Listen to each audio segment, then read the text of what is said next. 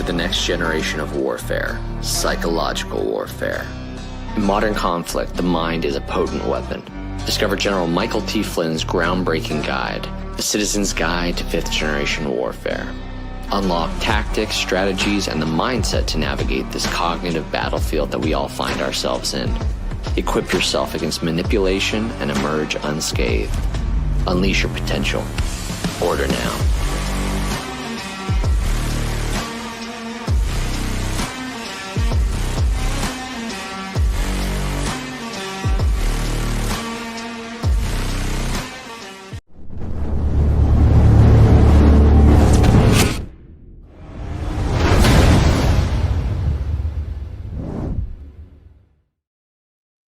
How's it going, everybody? Welcome to the AlphaWarrior Show. It is April 22nd, 2026. It is Wednesday night, which means it is Operation Gladio night.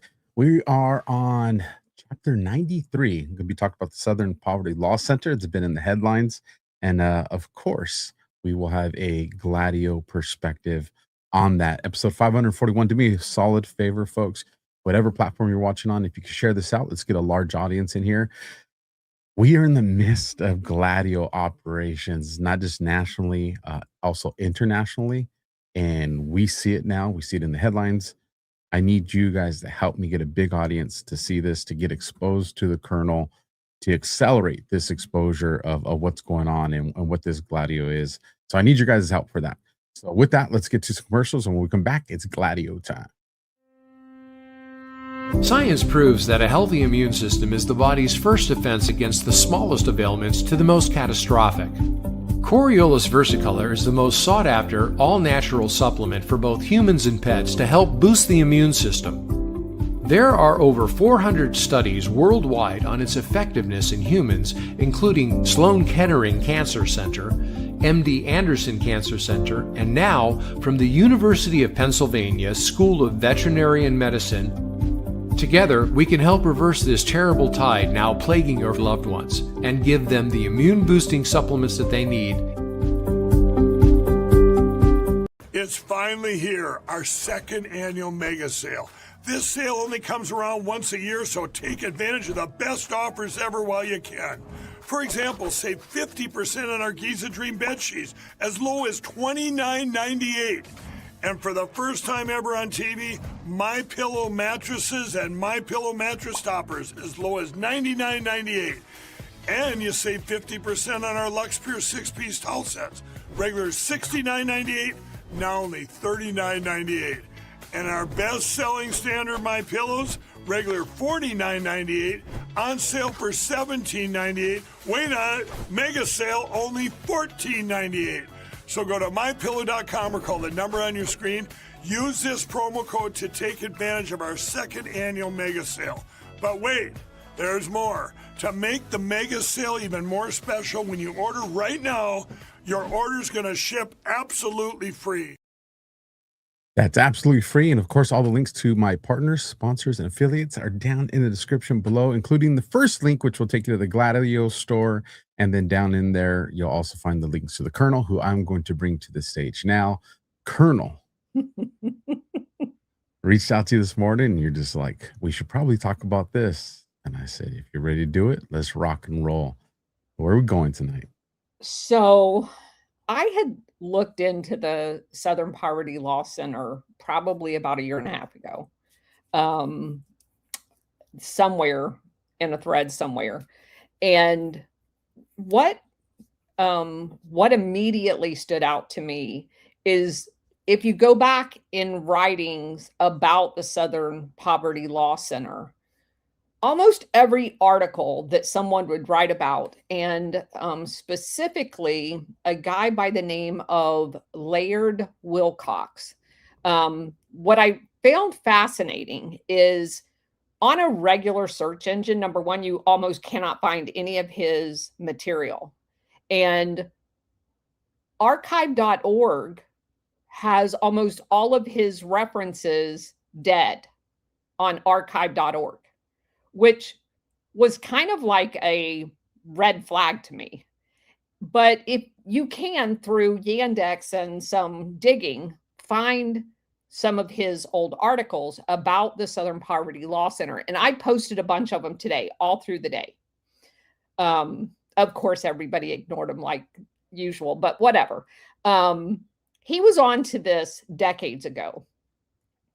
But what struck me when I was looking at it before and today was how often the Southern Poverty Law Center is attached to the ADL, the Anti-Defamation League.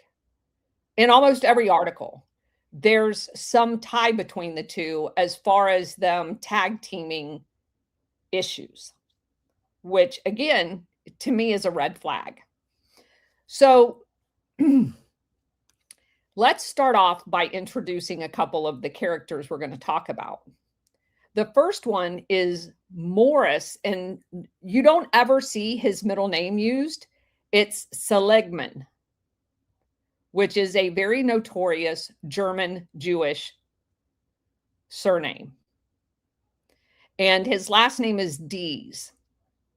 So he's from an area that's just east of Montgomery, Alabama. All of the descriptions of him is he's the son of a farmer. And what's interesting is that area has been known for, like, for example, there was a school there just outside of that little town. I lived in Montgomery, Alabama for a year. And one of the things my daughters and I always did was visit all of the surrounding areas.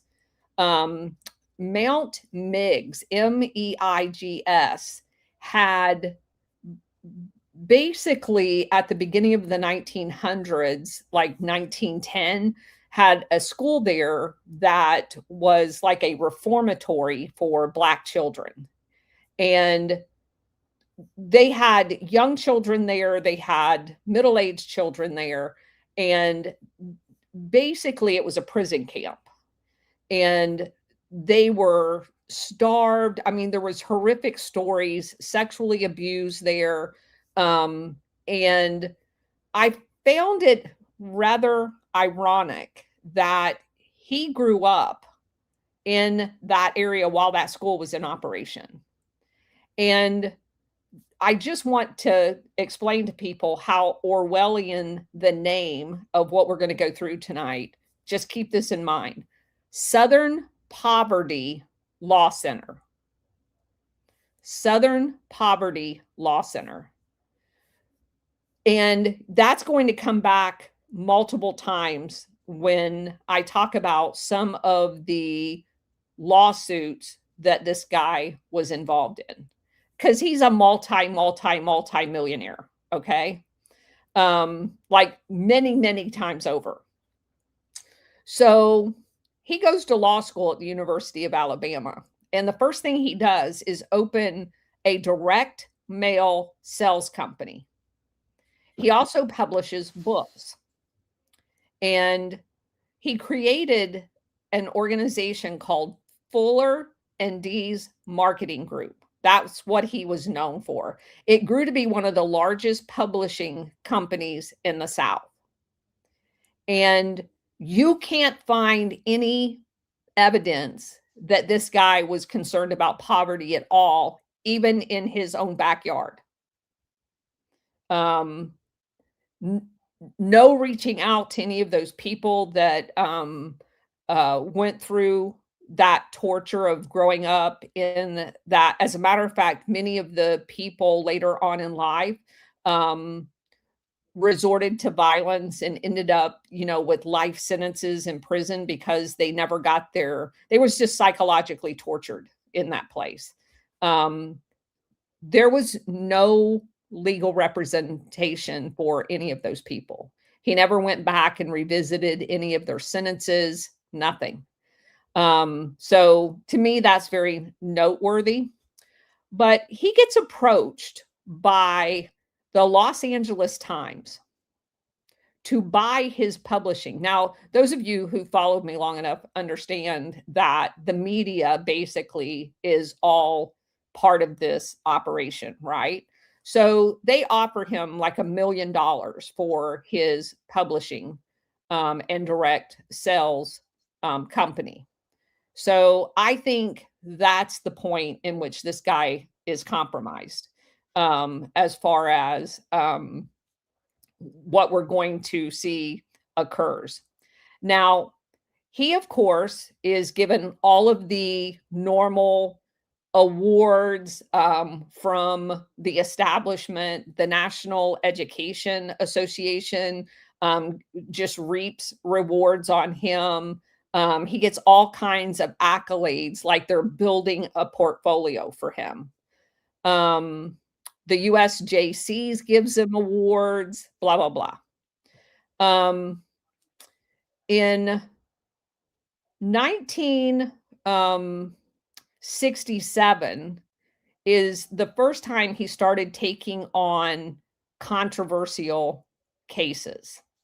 And he filed a suit to stop construction of a white university in an Alabama city that had a black state college there.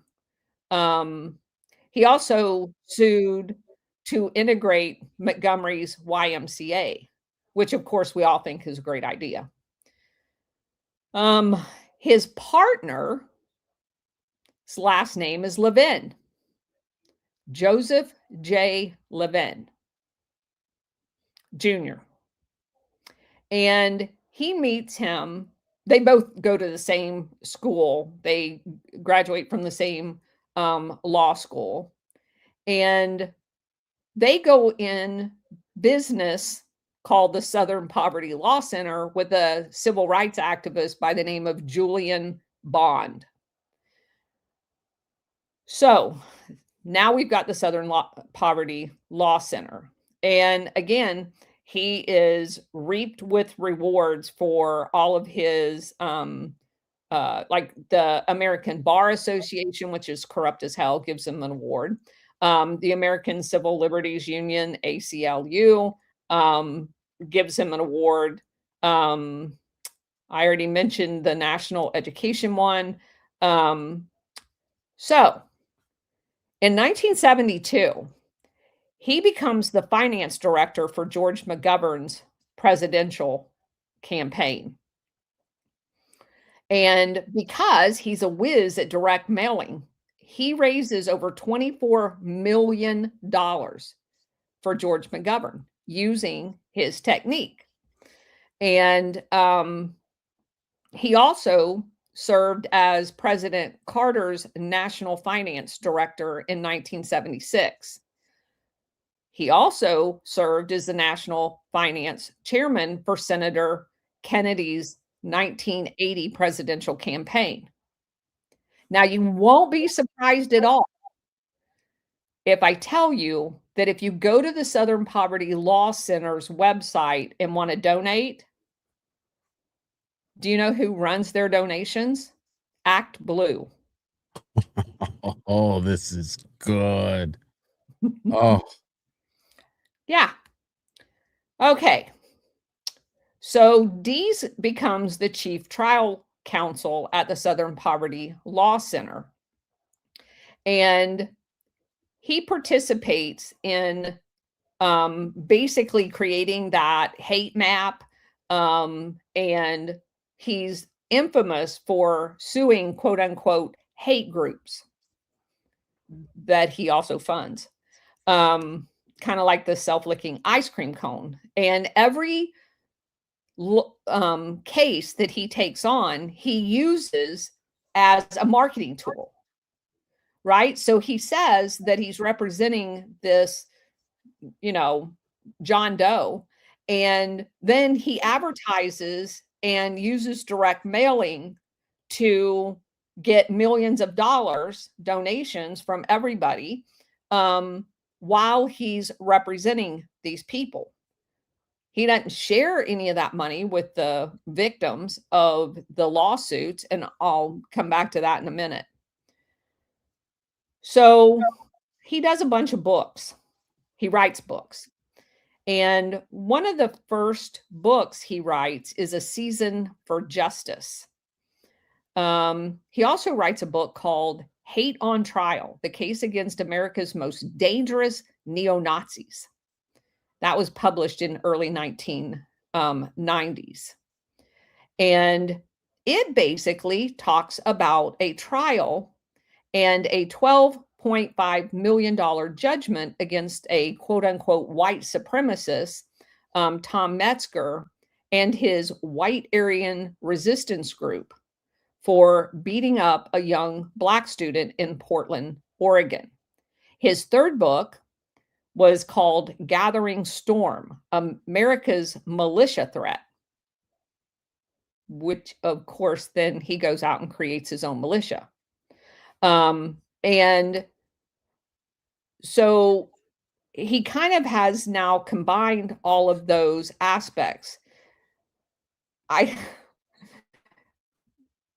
need to also say this guy was married 4 times that I could track.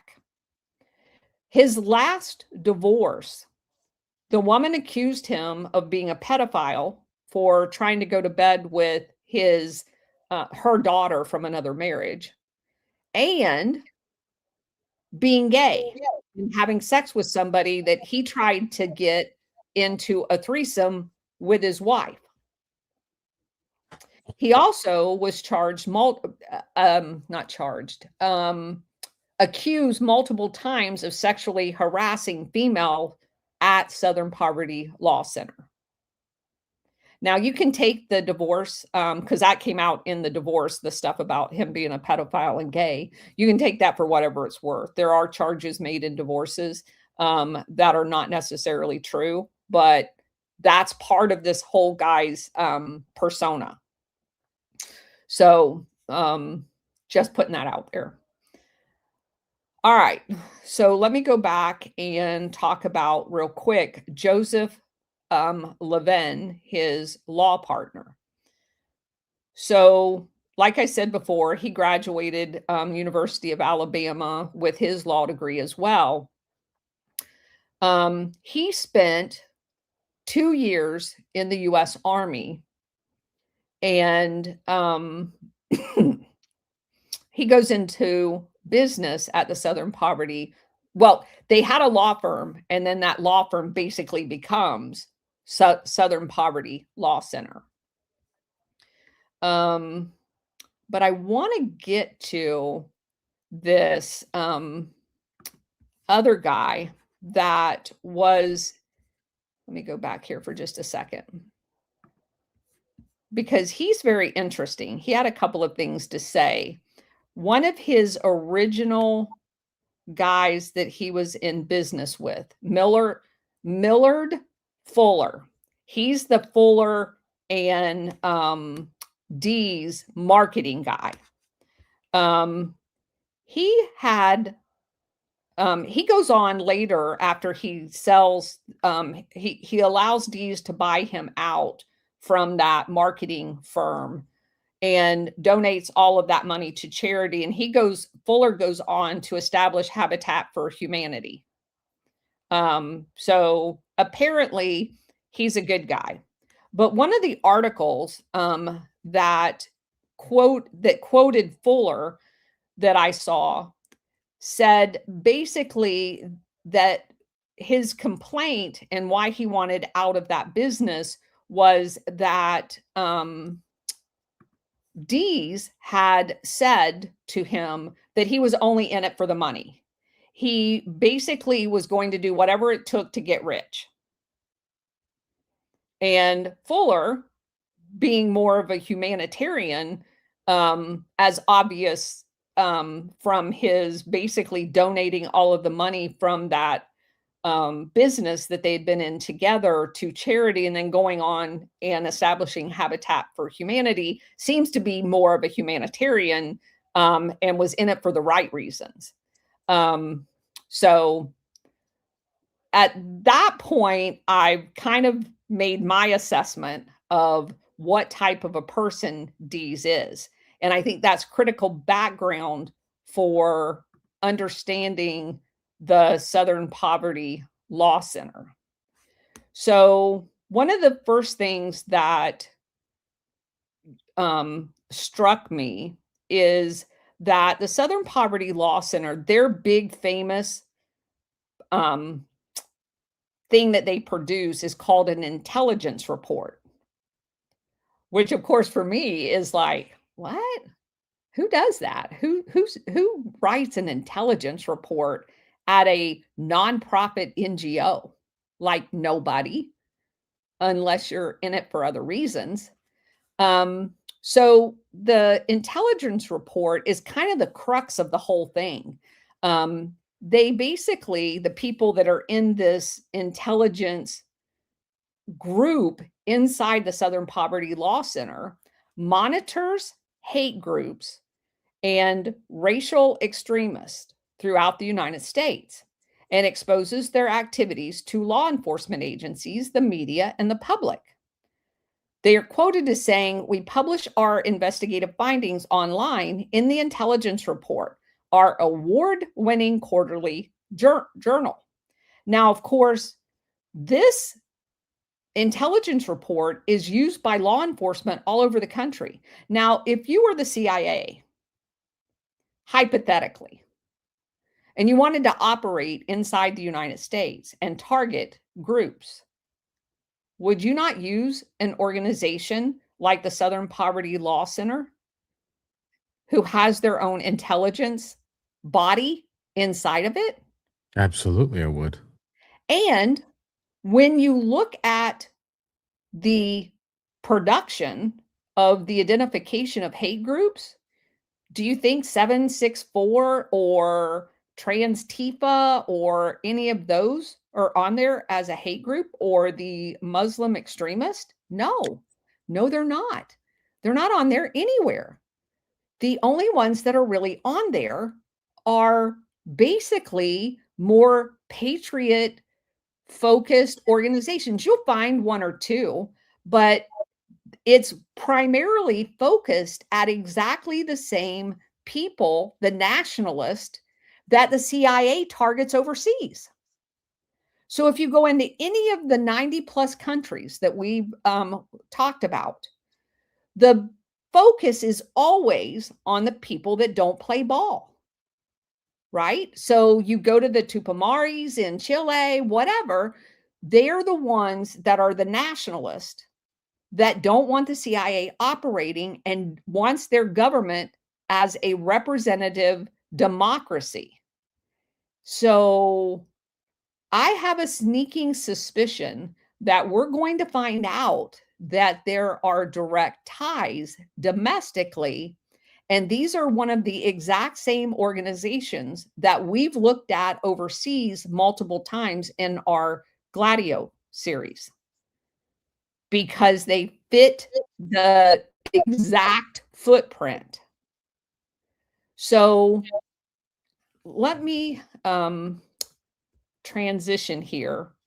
So I like what you said there, and I hope people caught it. You know, that it mimics the exact same footprint, because that's what matters. If you, for those of you that saw last week's show, you know, one of the organizations that Colonel was talking about, and I was like, hey, this really sounds like Red Seat Ventures. Well, this is that situation. What we've been talking about, you know, on all these different countries. Now you look at the behavior of the Southern Poverty Law Center, and it mimics the same behavior. So I hope people caught what you said right there. Yeah. Thanks for the foot stomp, because that's very, very important. So let's go over a little bit. So we all know that there was an indictment that was released. It basically indicates that there was fraud and money laundering going on inside. And again, this is another part of the whole footprint, because that's exactly what was going on in overseas vehicles that were used by the CIA to destabilize countries. Okay, so when you look at them through your Gladio glasses, SPLC does not appear to be a civil rights watchdog. And I'm going to go through a couple of cases in just a second. But it's an institutionalized center for strategy of tension.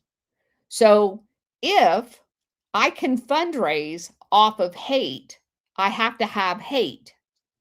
So if I don't have enough hate, I just create the hate. And I fundraise off of exposing the hate that I actually funded. And so I'm going to get to a couple of examples of that too.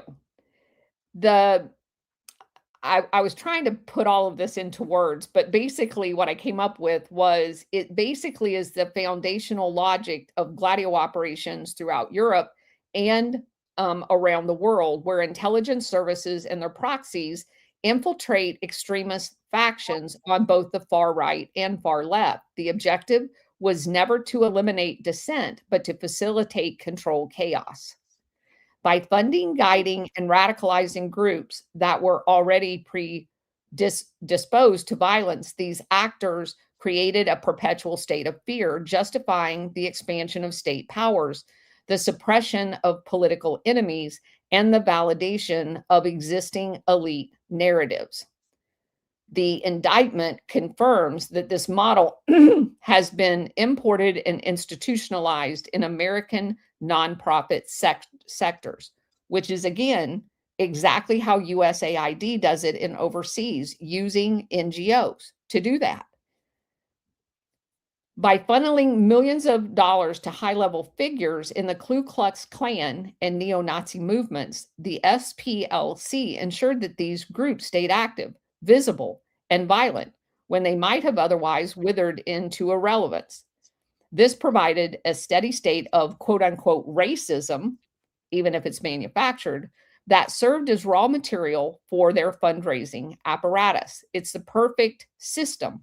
Generate the problem, weaponize the problem, and secure tax-exempt funding and use the money to fuel the problem further.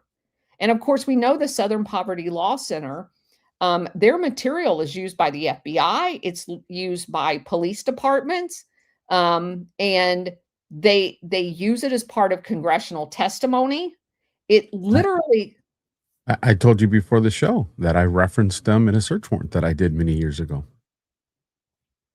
Yeah. You think the data, you know, because it's used by these other entities and it's referenced, you're like, oh, this is legitimate. And then you get over here and you're just like, well, yeah, the numbers might have been real, but only because they created them. Right. So the indictment also says that they created entities and potentially shell accounts that mirror all of the organizational structure used in Gladio overseas. They paid informants to stoke racial hatred or coordinated logistical support for rallies, such as the 2017 Charlottesville event. Did you know that they were intimately involved in Charlottesville? I do now. I've been over the last 24 hours. Yeah. Well, and yeah, I don't know what if you've researched it, but a lot of the information that's circulating, I have not vetted it, but a lot of the information that's circulating is that Charlottesville event is one of the events that helped launch Nick Fuentes' notoriety. Correct. Interesting. Yes, isn't it? And they provided logistical support. You know, basically, if you read through it, it looks almost like they were controlling it. They talked about it, and they even had several days before scenarios about using vehicles to run over people. So this is the textbook example of agent provocateur tactics used by the CIA and their European counterparts to ensure geopolitical and social outcomes are steered exactly where they want them to head. They didn't act in a vacuum. They were deeply integrated in the FBI and political establishments, which allowed its quote-unquote hate group list to act as a de facto policy manual for domestic security. It created a feedback loop where the government and the quote unquote watchdog acted as a unified, unaccountable superstructure that defined who the domestic enemy was in order for them to take action against them. SPLC's role in this destabilization project goes beyond just money. It centers on the American heartland by demonizing the identity of historic white Christian population and labeling their legitimate political concerns as extremism. The SPLC has been the primary engine for managed decline and racial tension. By equating American nationalism with violent fringe groups, they effectively delegitimized any serious attempt at organizing any type of national interest or conservative preservation in the United States. They criminalized being a patriot. That's the bottom line. They criminalized being an American first patriot. Now, this goes back to when we were talking about the three events with the Ruby Ridge, Waco, and Oklahoma, right? Correct. Also, there were SPLC infiltrators in the Aryan Nation all over, to include the Oklahoma location where Timothy McVeigh hung out, where we also found Strassmeyer, who I tracked back to Germany, whose dad was intimately involved as Germany's domestic, what they call it, like the Department of Interior guy, during the Gladio operations where there were bombings all over Germany. So his dad was the government entity in Germany responsible for preventing those, but they happened everywhere, and to include killing several U.S. service members in these bombings. So that guy's son was at the Aryan Nation location in Oklahoma where Timothy McVeigh was hanging out. And he's the guy that was, after the bombing, escorted out of the country, kind of like the JFK OAS agent was escorted out of the country by the Dallas Police Department. So, and the Southern Poverty Law Center, like I said, had infiltrators inside, if not paying for, some of the rabble rousing that was going on in the Aryan Nation location in Oklahoma. It's all connected. So they basically provided, if you look at the Hegelian dialect, they provided the thesis, i.e. extreme manufactured racism, and the antithesis of basically globalist, multiculturalist establishment, which they fully endorse, keeping the public locked into this dialectical conflict that prevents any serious discussion of the collapse of the nuclear family or the erosion of national sovereignty or anything else. Because as soon as you broach those subjects, you're called a racist, right? So, obviously, this indictment exposes the administrative state here in the United States and basically their reliance on a controlled opposition. So, if you've got to create hate groups, you really don't have hate unless you manufacture it. So, couple of key points on the indictment. The Southern Poverty Law Center and its affiliated financial entities constituted a massive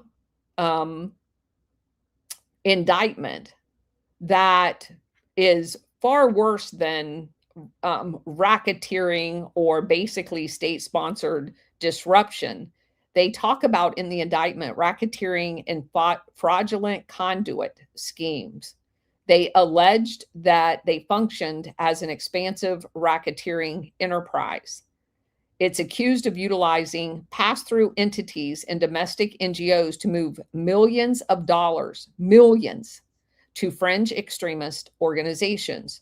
It's documented through a series of quote-unquote consulting fees and research grants that were in practice salaries and operational subsidies for leadership figures in self-styled white supremacist and separatist groups, which goes back to your comment about Nick Fuentes, right? How many of these people that are spewing this garbage are on the SPLC's pay list? It's absolutely important because you made me spawn a thought, and that thought led to another one, and I'm trying to find it right now to verify some information. I'm going to look a little deeper before I mention the second one. But one of the things that came to mind was, you remember the sedition hunters? Oh, yes. And because they were targeting a bunch of us. I know. as They a targeted matter- my neighbors. Exactly. And a lot of people might remember MAGA Granny, the one that ended up flipping on Trump, try to oust me, but didn't realize that I keep everything recorded and put those, long story short, she started working with the sedition hunters. And, people that are, very loyal to this show and cared about me, that took it upon themselves to go do investigations, were like, hey, look at this brand new car she's driving. After she's talking about doing all these fundraisers, with her, it was just very interesting. And so I'm very curious to what kind of connections the Southern Poverty Law Center had to the sedition hunters. But another organization, I'm curious to if there's any connections, and I found one, and I'm trying to verify it right now as well, is the Lincoln Project. And so you got my mind going, because like you just said, it's this big circle of organizations.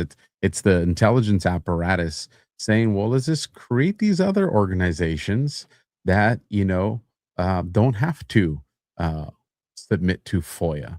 They don't have to submit to, different things that are out there. They're front.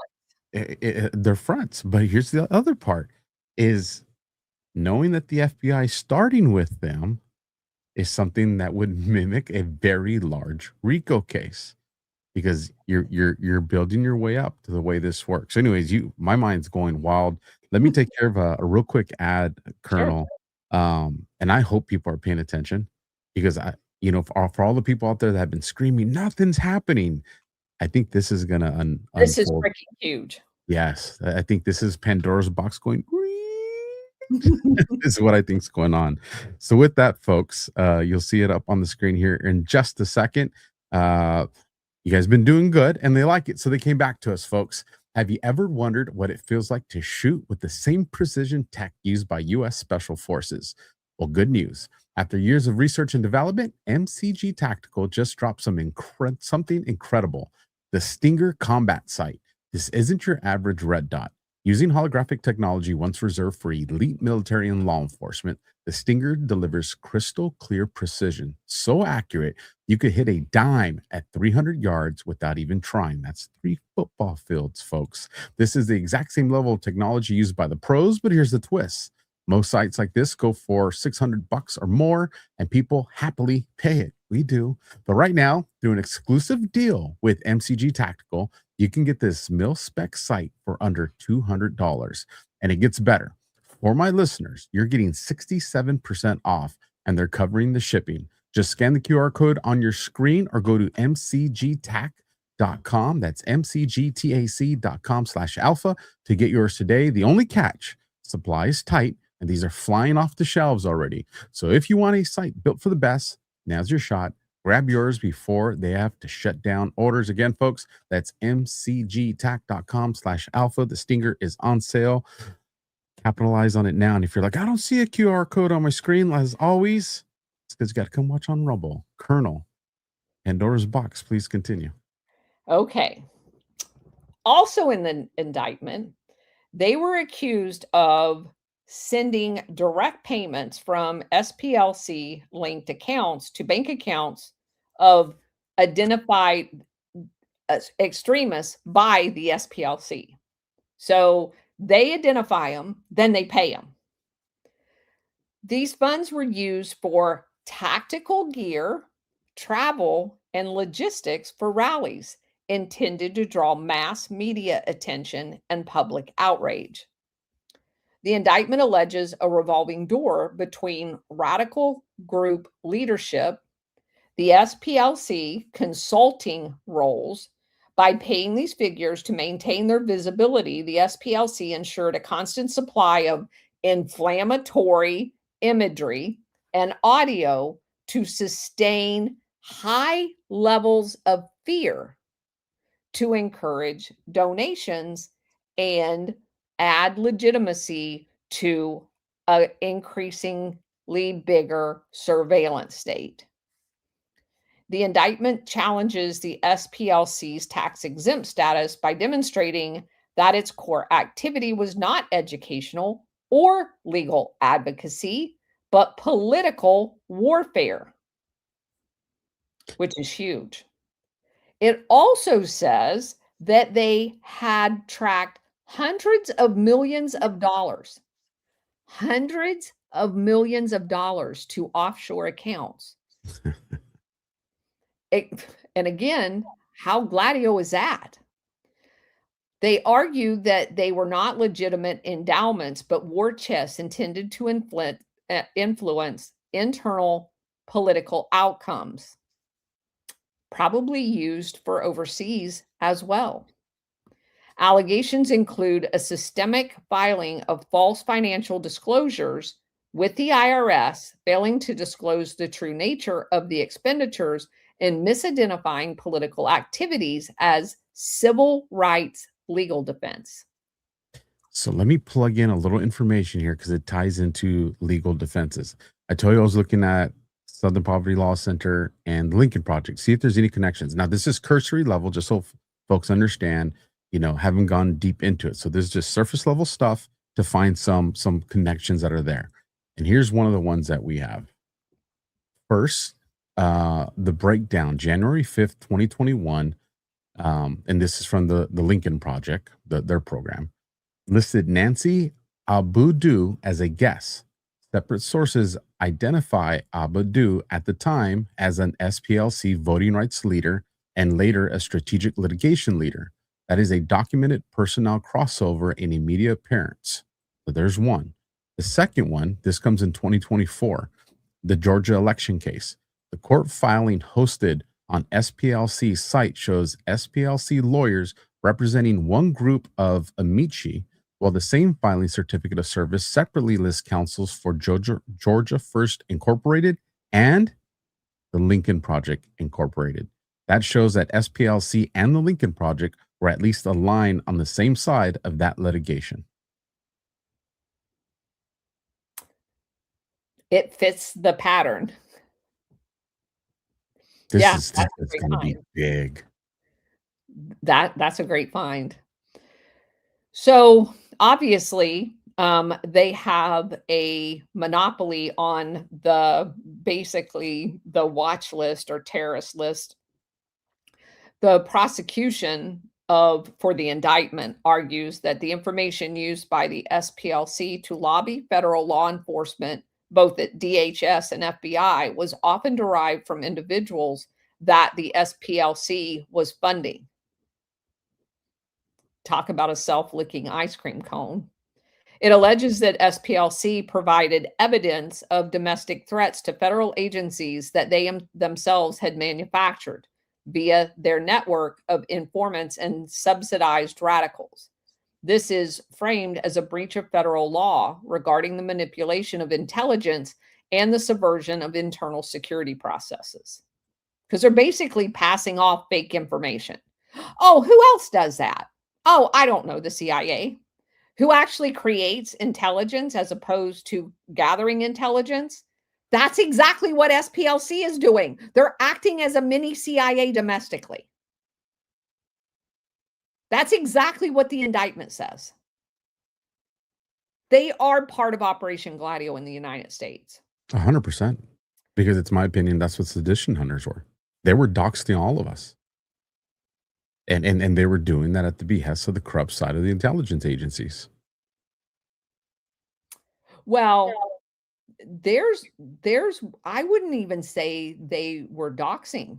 They were literally tracking people down. Yeah. So just so you guys know, I've told this story a couple of times. I had a friend of mine that was running for political office in the local area here, and she knew a lot of people, and she talked to all the cops and the fire department, blah, blah, blah, because she was running for mayor. And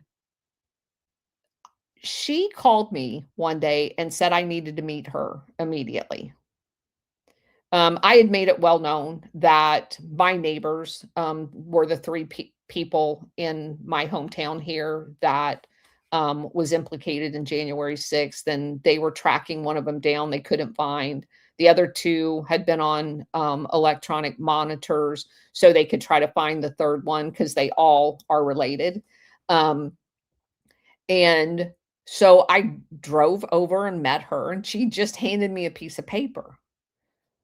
In the note that she handed me, because she didn't want to even say it out loud, was that the sedition hunters they specifically called themselves that. They had been to all of the local businesses here asking about that guy, the one that got away, that they couldn't find. And so I went to my friend who is the aunt of the one that they couldn't find, and had walked out in the woods and had a conversation with her husband about that. I just handed him the note. And, we had a conversation and was talking about just how ridiculous the whole thing was. But they were actively combing the area, talking to every business owner, trying to find him. It was they were conducting a manhunt. It was crazy. So the prosecution claims that SPLC's actions were intended to spark civil unrest. By intentionally facilitating high-profile confrontations, the SPLC created an environment where the state could justify their surveillance of political dissidents, which is exactly what they've done in every country. This is the Phoenix program, people. The censorship of alternative media and the expansion of domestic counter-terror authorities. The filing also argues that SPLC utilized these manufactured tensions to prevent any broad-based consensus among American citizenry, specifically by weaponizing the quote-unquote hate group label to shut down any legitimate debate regarding immigration, demographic shifts, or the erosion of the traditional American values. Okay, then let's talk about Patriot Front. Do you remember them? Oh, I do. And everybody kept saying that they were basically FBI agents, right? Uh-huh. Well, the indictment of the Southern Poverty Law Center addresses Patriot Front, characterizing the organization not as an independent grassroots entity, but as a critical node in an SPLC-managed controlled opposition network. It provided a detailed breakdown of the institutional and financial intersections, which aligned with operational patterns observed in many of the overseas operations. It says that the operational capacity of Patriot Front was significantly enabled by funds originating from SPLC-linked entities, like direct wire transfers.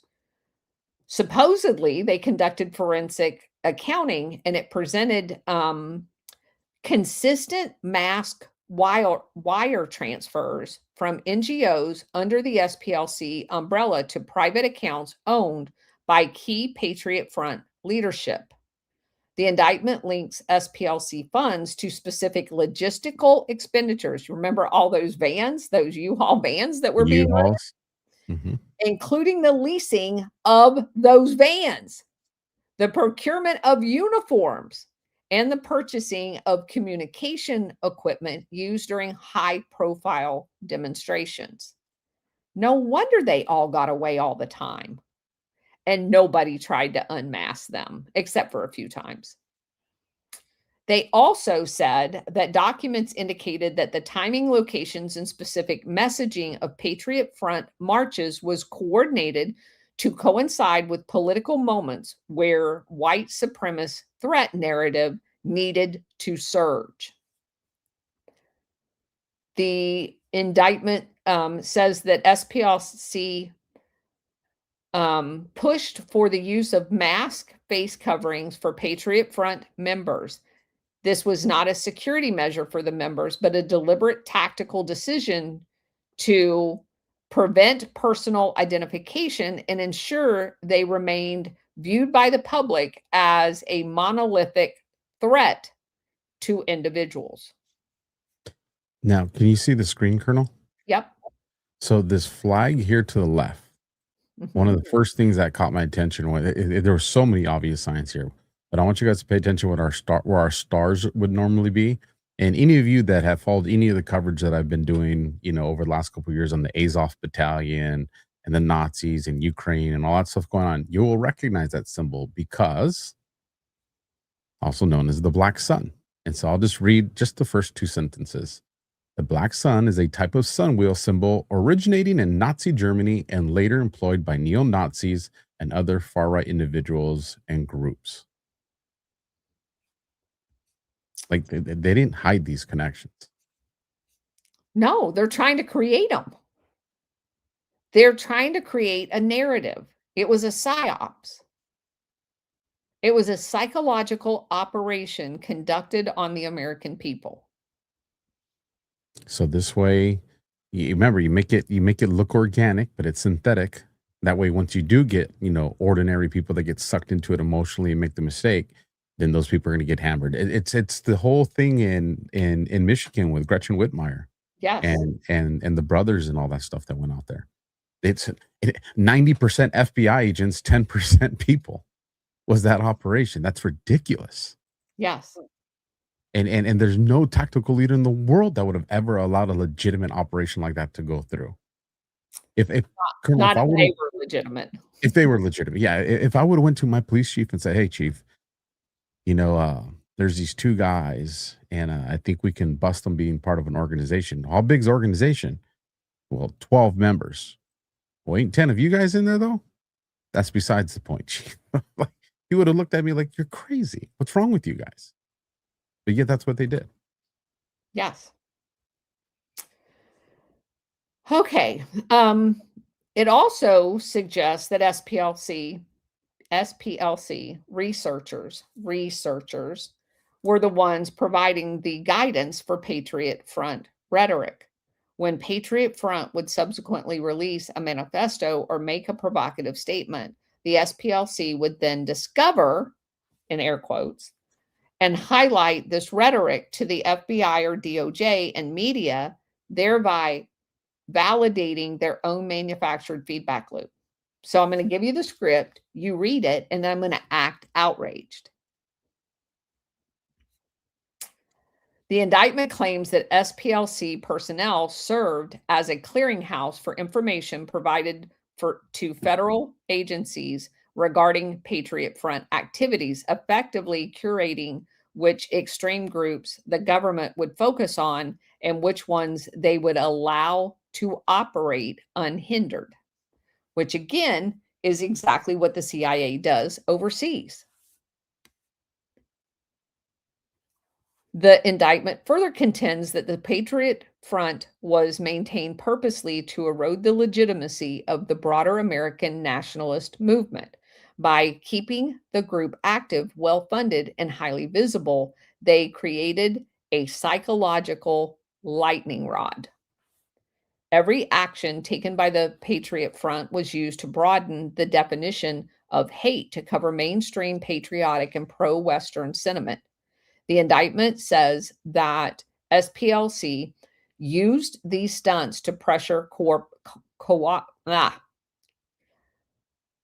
corporations, social media platforms, and political representatives to deplatform and suppress nonviolent, legitimate dissenters by associating them with a manufactured optic of Patriot Front, which they themselves created.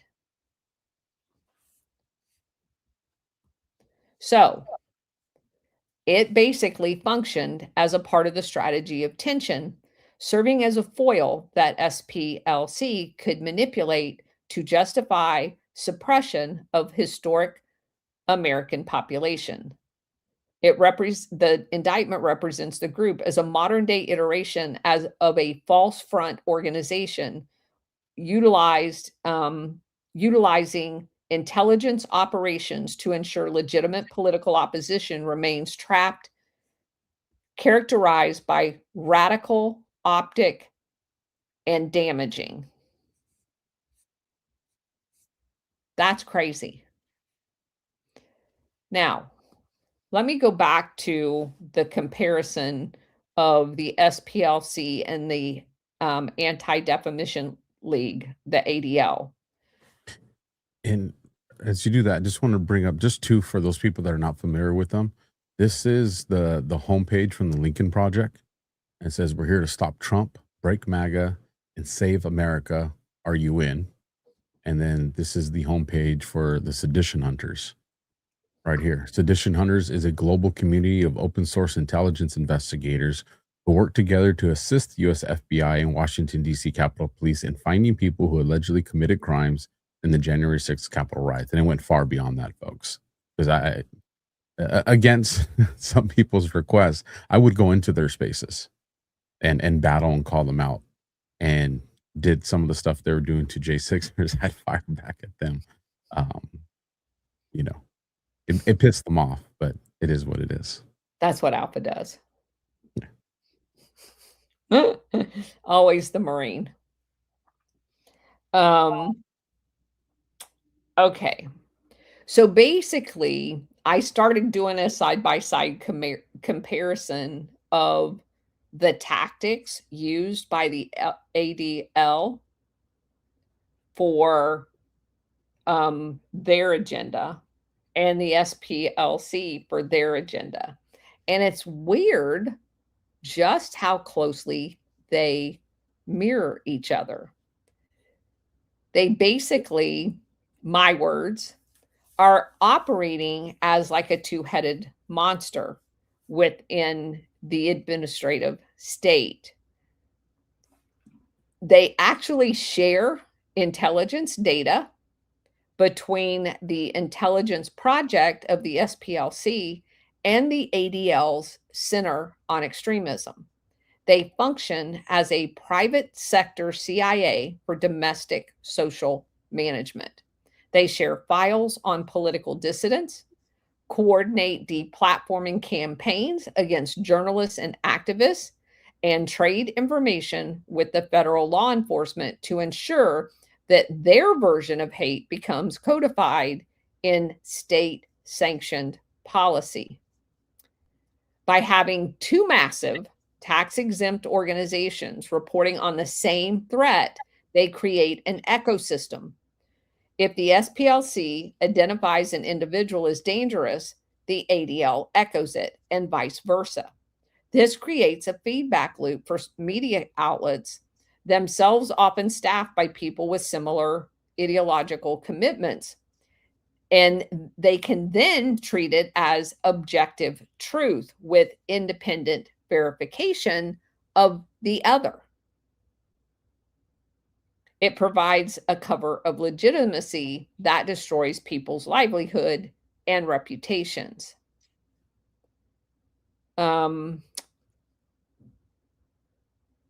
Both the SPLC and the ADL have been the tip of the spear for advocating for mass migration, the erasure of heritage-based identities for the majority population, and the active promotion of multiculturalism, the globalist agenda. It's a deliberate strategy, a form of social engineering that effectively functions as a survival mechanism against perceived threats. The ADL pioneered this industry, obviously, with the historical trauma of the Holocaust as a political cudgel to shield its own political agenda from criticism. And what does the SPLC use? Slavery. It's the same thing. Their tactics are identical to each other, almost like they share it.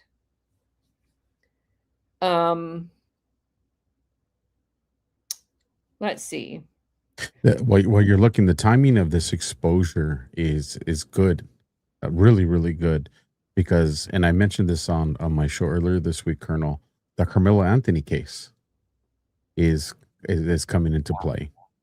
And I've been warning people since last year, keep your eyes on this case. They're going to use it. If the religious tribalism is not getting the results they want, they're going to default back to the one that they know always works, black versus white in these crimes. I go, so keep an eye on the Carmelo Anthony case. And the judge came out and had some choice words about not letting people exploit it. But seeing that these institutions are getting exposed now, that's a good thing, because it can probably rug pull any event that they probably had planned for that trial. Yep, I couldn't agree with you more. So both groups are currently acting as enforcers of post-Christian globalist regime. And in our case, regime change. They basically are trying to set the agenda of what's acceptable, political, to talk about. They also thrive on the existence of domestic conflict, which of course is destabilization, which is what the CIA's known for. Without an extremist boogeyman, their funding evaporates, their influence declines, and their reason for existence vanishes. They have successfully embedded themselves as recognized experts into the FBI, the DOJ, the Department of Homeland Security, and many other organizations, to include the military, when the government produces domestic terrorism briefings. They're often essentially citing reports generated by the SPLC or the ADL. This is basically a private-public outsourcing of state power. So, I wanted to go back to, let's see, let me find it real quick.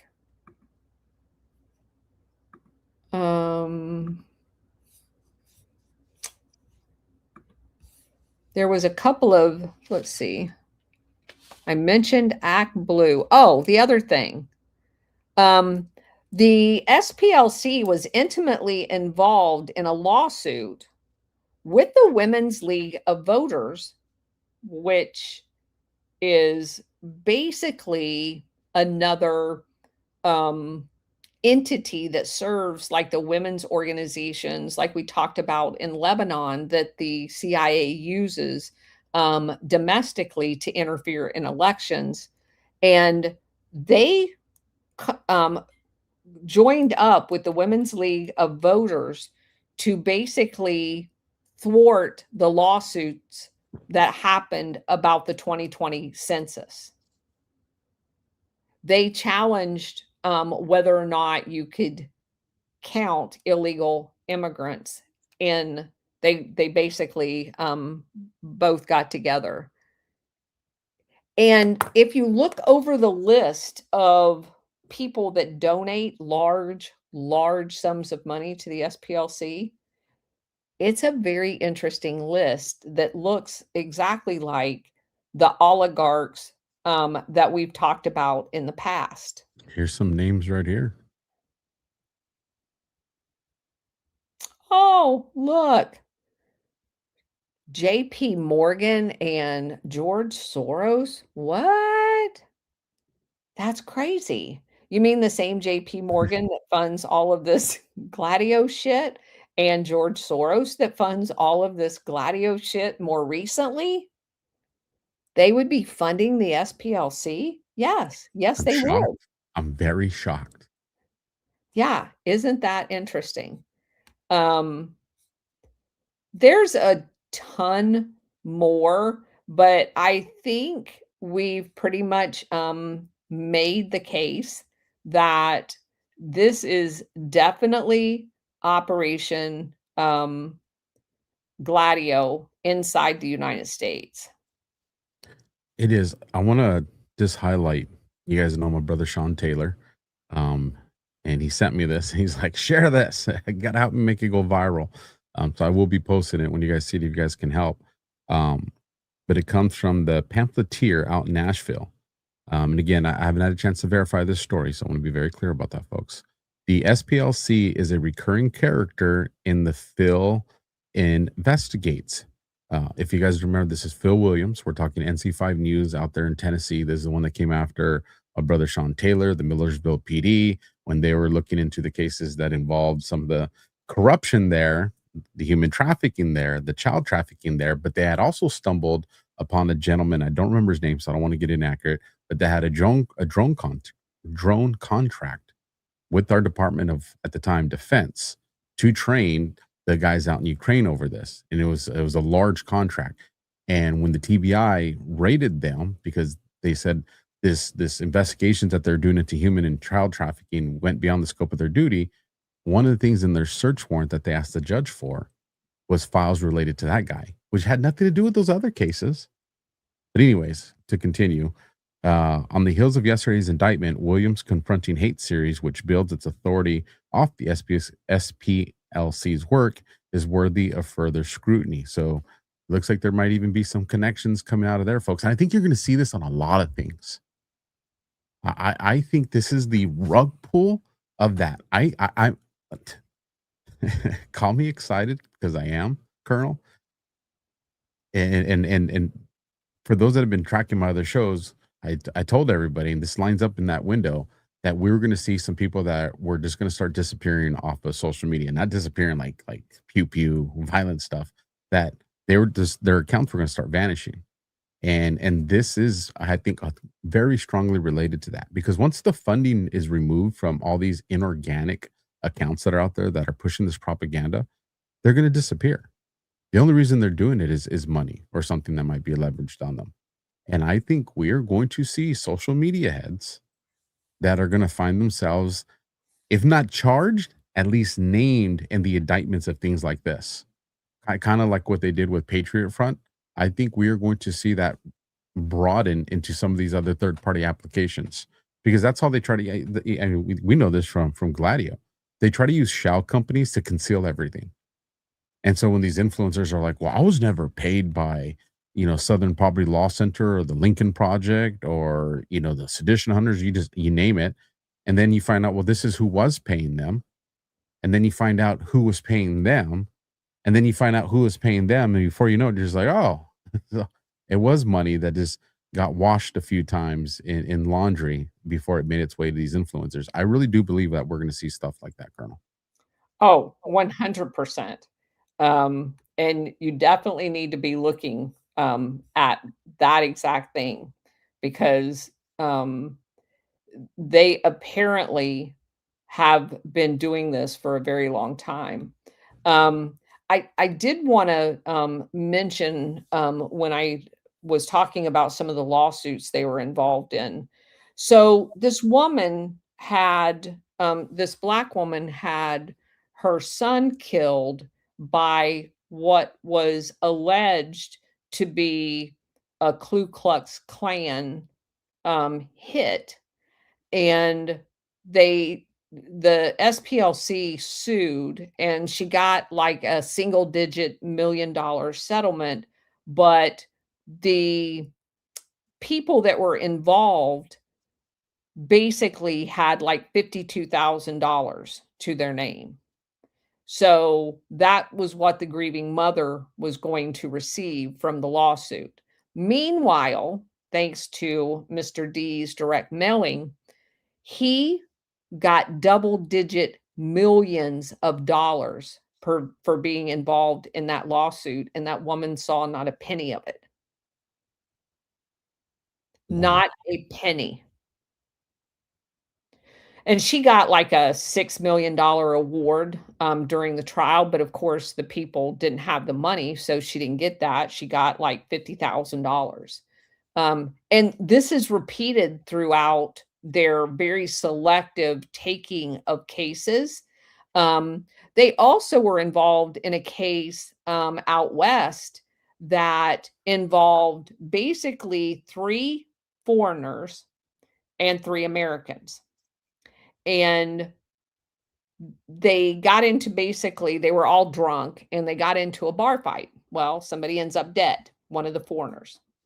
So the SPLC makes it a race issue, not a bar fight, and sent the Americans to jail. And the Americans couldn't afford to have lawyers.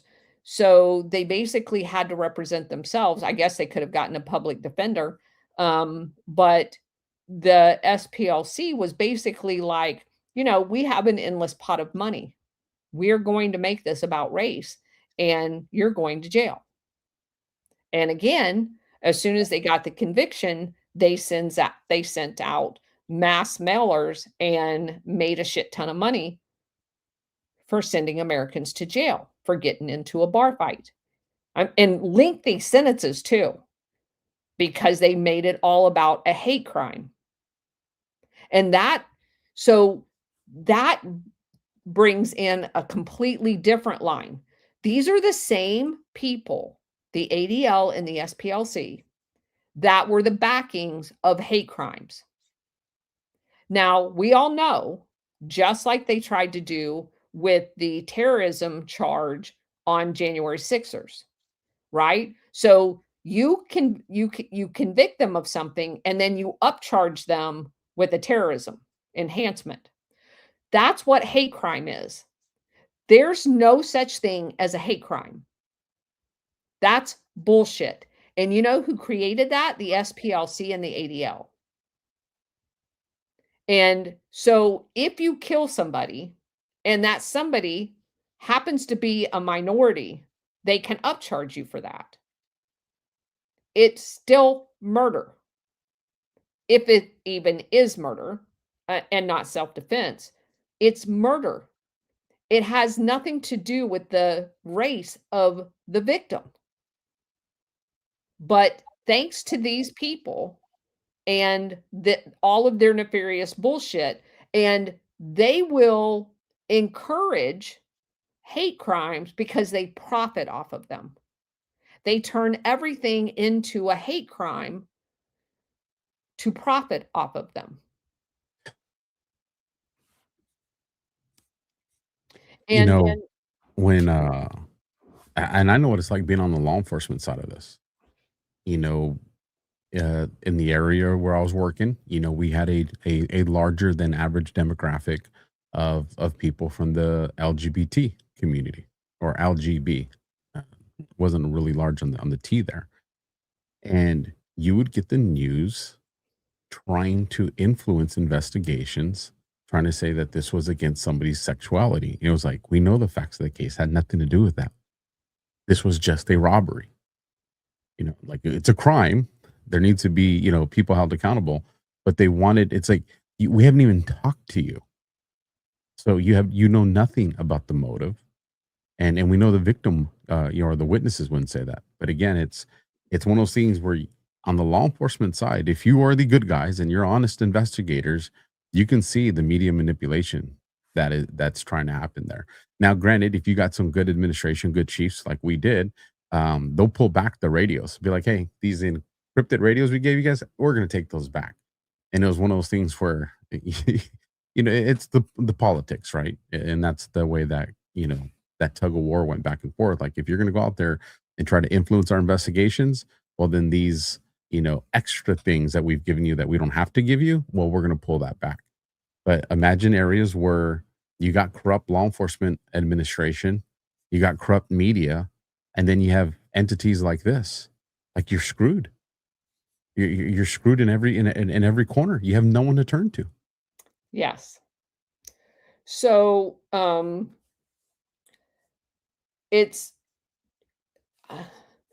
I also think it's very, very important to look at like literally everything that has happened since the 2015 timeframe of this massive ramping up of, this. So I also today when I was looking into this was looking at the numbers of alleged KKK. So back in the day, like in the 60s or 50s time frame, um, you saw like tens of thousands of estimated KKK members. The number had dwindled down to like under 5,000. And that's like lumping a whole bunch of people in that may or may not have been KKK members, but you see the significant drop off. It was like, reported as 50 or 60,000, and you're down to 4,000, but they can't let it die. That whole thing of David Duke and his association, and they're talking to Trump about, oh my God, he endorsed you. Well, let's go back and look how much David Duke got paid from the SPLC. Wouldn't that be an interesting number to know? Because you have to have somebody like that to create that narrative, right? And that was kind of the Democrats' go-to thing is you have to denounce him. Well, that it's kind of like, paying homage at the altar of racism, that if you don't denounce it, then you must be for it. And they have used this, and now you look at the fact that they were actually, who knows what the KKK would look like if it would even exist without the funding from the SPLC. Right? Because there's a lot of people that will gladly take, tens of thousands of dollars to say that they're a KKK member, whether or not they are. Just say you are. I'll give you this money, so therefore I can use you as a statistic in my hate map. And I also came across something where somebody had said that the SPLC put Charlie Kirk on the turning points, like right before he was assassinated. Wow. Well, because this is how it works. If you go back to, remember the Seditious Six that did that? Well, 5 of them, excluding the military dude, 5 of them all had training from the same activist organization. Yep. All of this is them. But again, so we were just doing the Lebanon thing and how MI6 had created that training to deploy in Lebanon to create those activists. It's the exact same thing. This has been done all over. They did it in Chile. They in all of these different coups that we've looked at from probably around now before that, they basically just train people in those stay behind units to create havoc. It wasn't like a more sophisticated destabilization. But that started changing in the early 1970s. And the first one that I noticed significantly with the training aspect of actually teaching people how to be the agitators was in the Chilean coup in 73, 74 timeframe. So from then on, it gets progressively more sophisticated. And you get to 2004 when they did the first coup in Ukraine, and then up to the 2014 one for the Maidan coup. And it's much more sophisticated as far as training the people, the whole Serbian, Croatia, destabilization with the Albert Einstein Institute. So now they have actual entities that are making their livelihood on setting up these regime change destabilization efforts. And all the SPLC SPLC is doing in the United States is the same thing the Albert Einstein Institute did overseas. They're doing the exact same thing. And I hope that came across today. They have very nefarious beginnings, as far as I'm concerned, when he sells his direct mail order thing to a media company called the LA Times. And he then uses that money to launch the SPLC. This just stinks of CIA all over. 100%, 100% agree with you on that, Colonel. And, you know, we knew the timing window, because at everything, and I've said it, I don't know if you've heard me say it in some other shows, but we're approaching that choke point. And Trump and them I always knew they're going to weapon. I kept telling everybody, you're going to see all kinds of stuff happen in a very small window, because and how do I know? Because it's what they were trying to do to Trump and the good guys. Overwhelm them with everything, impeachments, this going on, that investigation, did he classify? You overwhelm everybody with this, so nobody knows where to even begin to fight. And that's exactly what's happening to the deep state right now. That's exactly what's happening to the globalists and all their funding apparatuses. It's just, Trump is brilliant. And let me also mention, I meant to say this earlier. The first Black lawyer that worked for the SPLC quit. He was disgusted with the SPLC. And that, to me, says everything. He had very interesting, I made a couple of posts about it today, but he was absolutely disgusted with what he saw on the inside of the SPLC. There were numerous people that were alleged to have sexual relationships with Dees during his tenure there. And that's probably why he was married 4 times. It certainly was an allegation in the last divorce proceedings, but there were lots of accusations and workplace shenanigans going on in the SPLC. There was. And then I don't know if you saw this when I brought this guy up, from one of the founders from the SPLC, brought him up, to Joseph Levin. Talk about limited info. Like they scraped this guy's digital footprint very, very well. That what you see on the screen is it, folks. For a cursory search, obviously you start using some of these other sites in Yandex and all that, you'll probably get more. But no, there's almost nothing out there on him. Wow. Yeah. There's almost nothing out there on him. So that in of itself tells you a lot. Colonel, let everybody know where they can find you and anything you got coming up, and then I'll read the Rumble Rants.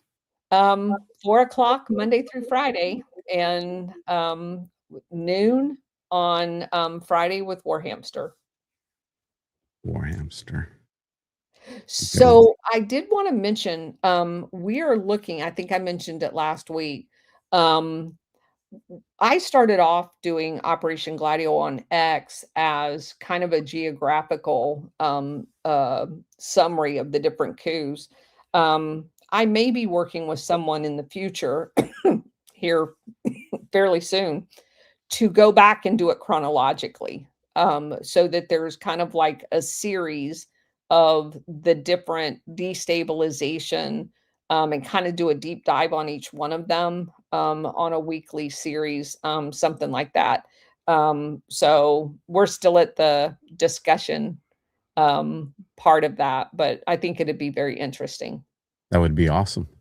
That would be absolutely awesome. And when you do it, let me know so we can help push that out for you, Colonel. With that, we have a few Rumble Rants that came in. First, shout out to D. Dolly, is now a monthly supporter. Thank you for that support. $100 coming in from Saint Masshole. Many great episodes. Both of you have brought the heat. This show tops them all. Love and salute. Thank you, Saint Masshole, for that one, dropping the Benjamin. And dollar for dollar, a non-1028 says, sent you some money on Cash App. Thank you for that. Thanks for all you do. Even if I don't agree with some stuff, I truly appreciate you. And listen, it is okay to not agree with me or the Colonel on some stuff. Because here's the thing, if we agree on everything, you know, I've always said this, Colonel, if we agree on everything, somebody is lying. I just want to be very, very clear about that. And then the last ad that we'll do, folks, and then we'll get out of here. If you got some kids or you got nieces and nephews, this ad is definitely for you. You should see the QR code populate. All right, parents, real talk for a second. America is about to hit a huge milestone. We're coming up on America's 250th birthday, 250 years of freedom, grit, sacrifice, and the greatest experiment in self-government the world has ever seen. And boy, are we still being tested. This is the perfect moment to help your kids understand why this country matters, not just fireworks and hot dogs, but the story behind it all. There's a free guide called The Kid's Guide to America's 250th Birthday, and it's honestly a great way to introduce kids to how America began, who the founding fathers were, what they risked, and why the ideas they fought for still matter today. This guide sends kids back to the moment when brave men signed the Declaration of Independence, knowing full well that they were risking their lives for freedom. It breaks it down in a way kids can actually understand and enjoy without watering it down or turning it into boring schoolwork. If you care about raising kids who know where this country came from and why it's worth preserving, this is something you'll want to grab. And the best part, it's completely free with this special offer. You just pay $2 for shipping and postage. Just head to freeusabirthday.com. That's freeusabirthday.com. And the Kids Guide to America's 250th birthday for your kids today. America's story matters. Make sure the next generation knows it. Folks, you'll see the links to all our partner sponsorships and affiliates down in the description below if you're watching the replay, as well as the first link, which is the Gladio store, and then the links if you want to follow the Colonel. And I will catch you guys early tomorrow morning on Badlands Daily with CanCon. Colonel, thank you for joining us again, and I'll catch you guys all in the next one. Good night. See you later.